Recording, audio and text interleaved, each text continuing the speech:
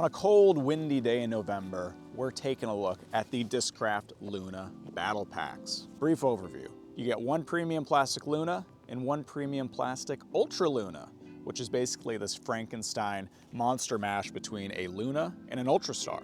Pretty cool. I've not held one, I've not thrown one, so I have no idea how they fly. So I'm excited to check this out, see how it stacks up against the Luna. Now, the mystery box element of the battle packs is that you don't know what plastics you're gonna get. There's all sorts of different drop rates for different rare plastics. The most common are the Z Color Shift and the ESP Swirl. And Discraft, they have 1,000 different plastic combos. So there's all sorts of different plastics that you could pull out of your battle pack.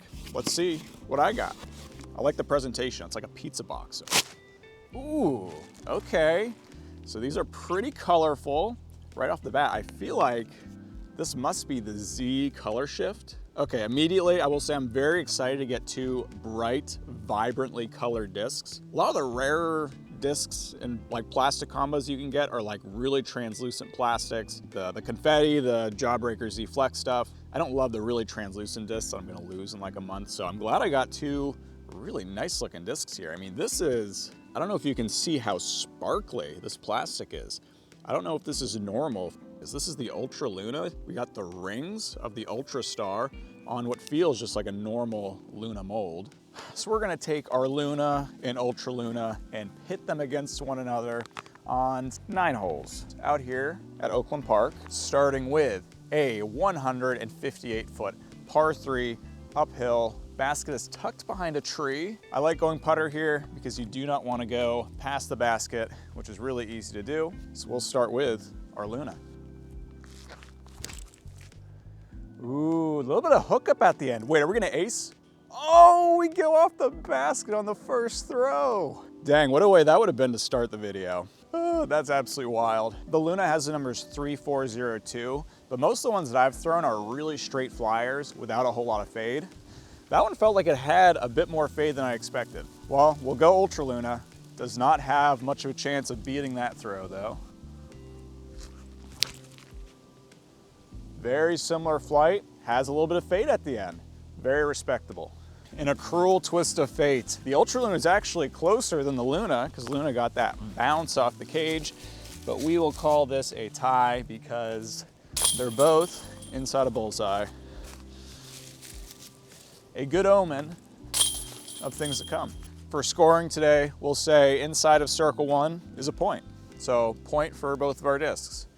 Hot start. 204-foot par 3 downhill. You either want to go above this branch, below this branch. There is a hyzer line, but I prefer to just go straight at it. This time we'll start with the UltraLuna. Ooh, that's nice. Threw that gently. The Lunas have fantastic glide, and that is parked for a tap-in. It's one of the things I love about the Luna, really high glide. They go really far for putters. At the same time though, you got a low profile hand feel, flat top.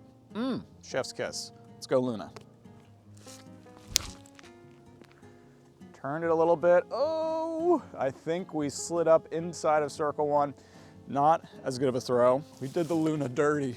Rule change. I'm changing our point totals. We're gonna say 2 for inside a bullseye, 1 for just inside C1X, because all the rules are made up anyways. So we gotta reward our UltraLuna here for doing a great job. So we're gonna say 2 points for UltraLuna, bring it up to 4, 1 point for our C1X Luna. Now, if you've watched my In the Bags, you know that I don't bag the Luna, but I did used to putt and throw the Luna before I started putting with Pixels last year. So this feels like home sweet home. We're coming home to the Luna. Paul Macbeth is my favorite disc golfer. Yes, I'm a normie, I know. Get over it. 227-foot par 3. There is a river just long of the basket. The basket is behind this large tree on the right.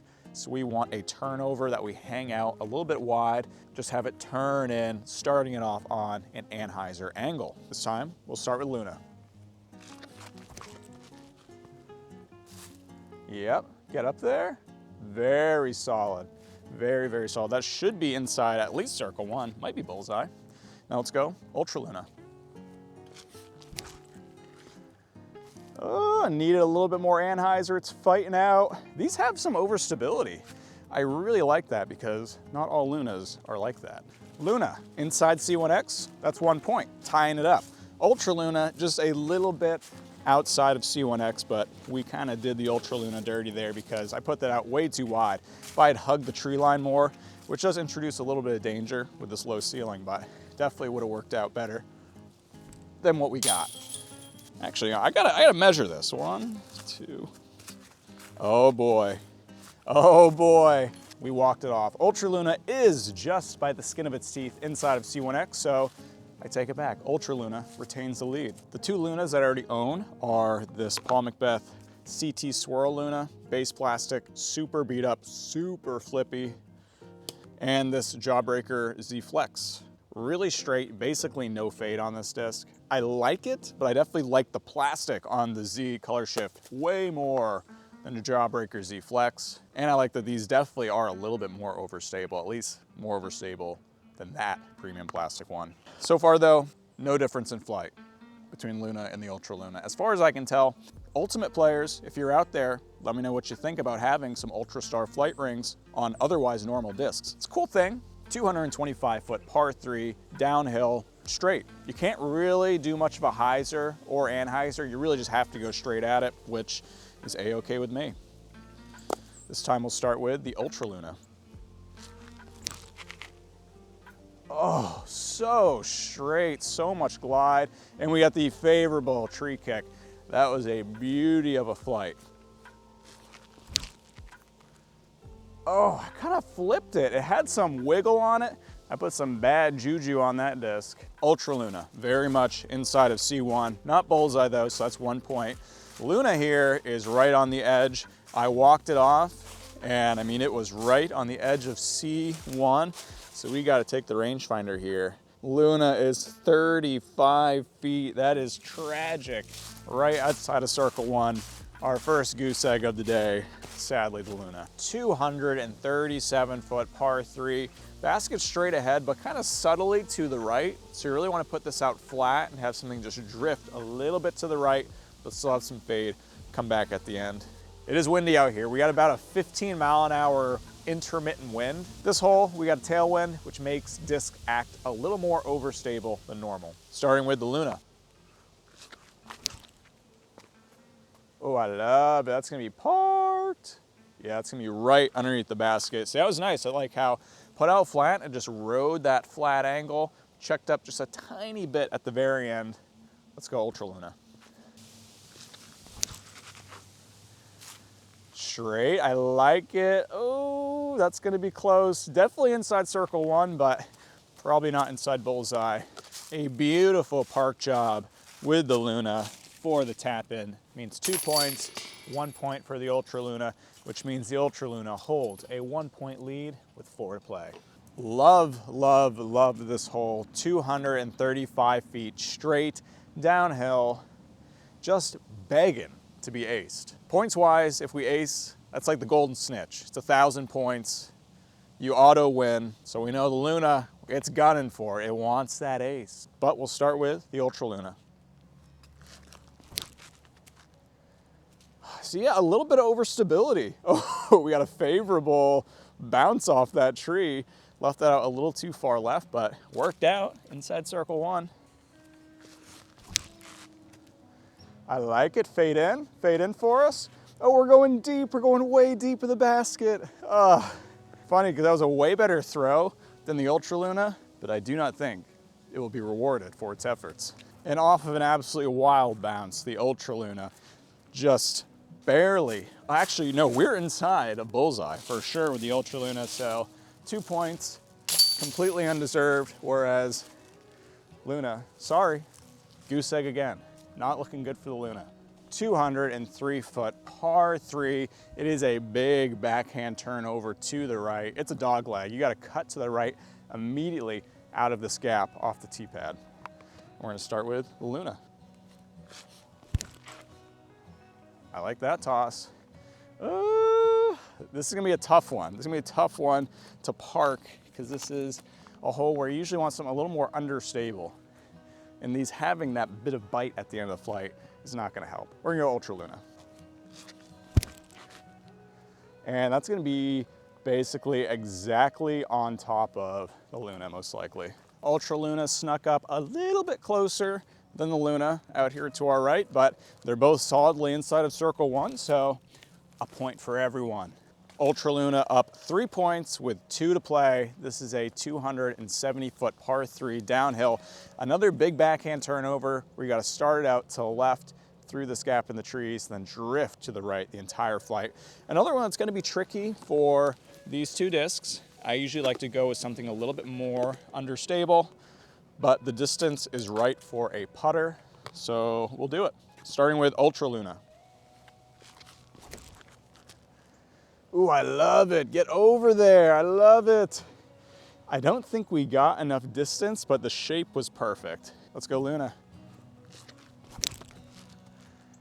Ooh, another goodie.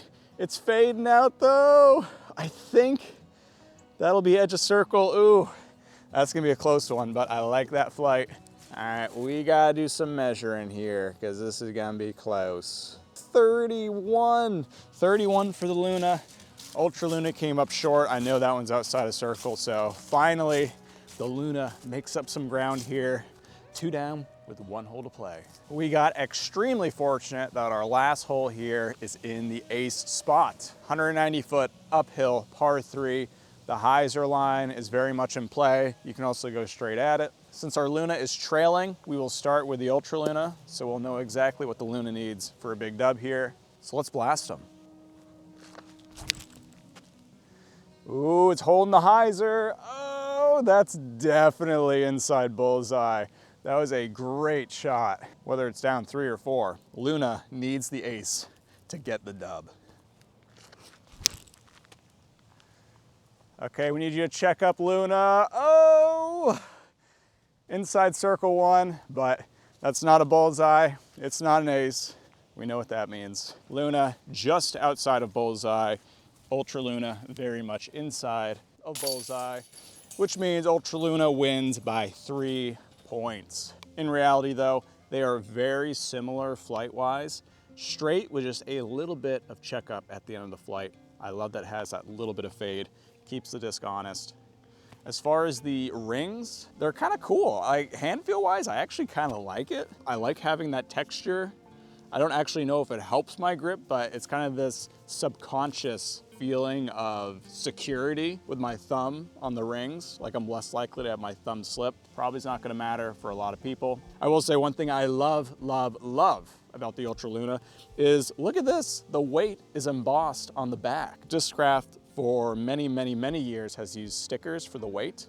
No more. I assume this means that new runs of Discraft discs going forward are gonna have the embossed weight versus the sticker, which is fantastic. I don't like the stickers. I don't like when it's written on the disc by someone with horrible penmanship either. Sometimes the writing fades away, the stickers, they fall off, but when you got it engraved into the disc, that thing's staying there. You know what the weight's gonna be, even if the disc is 20 years old. Anyways, I love both of these discs. I really like the plastic. I'm so glad I got the color shift. They look absolutely stunning.